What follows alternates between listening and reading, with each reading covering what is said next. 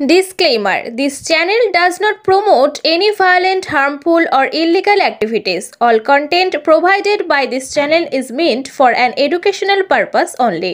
সরকারি হাসপাতালে ডিউটিতে মানে মহিলা চিকিৎসকরা কতটা নিরাপদ সেটা আপনারা নিশ্চয়ই বুঝে গেছেন। এটা আমাকে আর বাড়তি করে বলতে হবে না। থাকার জায়গা থেকে শুরু করে সিকিউরিটি থেকে শুরু করে সমস্ত জায়গাতেই কিছু না কিছু প্রবলেম আছে, তার জন্যই আজকে এই পরিণতি।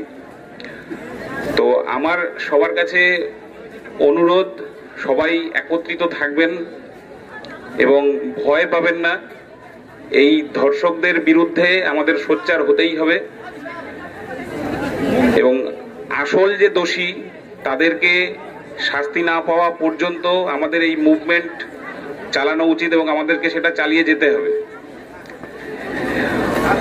কোনো মানে এই যে ঘটনাটা হয়েছে এটা মোড় ঘোরানোর জন্য অন্যদিকে যাতে না যায়,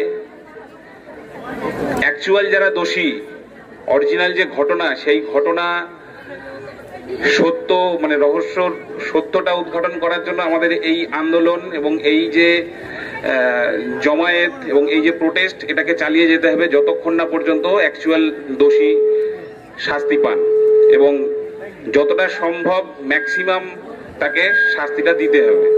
এই যে অত্যাচার, এই অত্যাচারের বিরুদ্ধে সোচ্চার হওয়ার জন্য সবাই একত্রিত হয়েছেন এবং এটা দিয়ে এই ধর্ষকদের বার্তা দেওয়া যে এই জিনিস ভবিষ্যতে আর ঘটানো যাবে না এবং এই পাশবিক অত্যাচার মা বোনেরা কখনোই আর মেনে নেবেন না।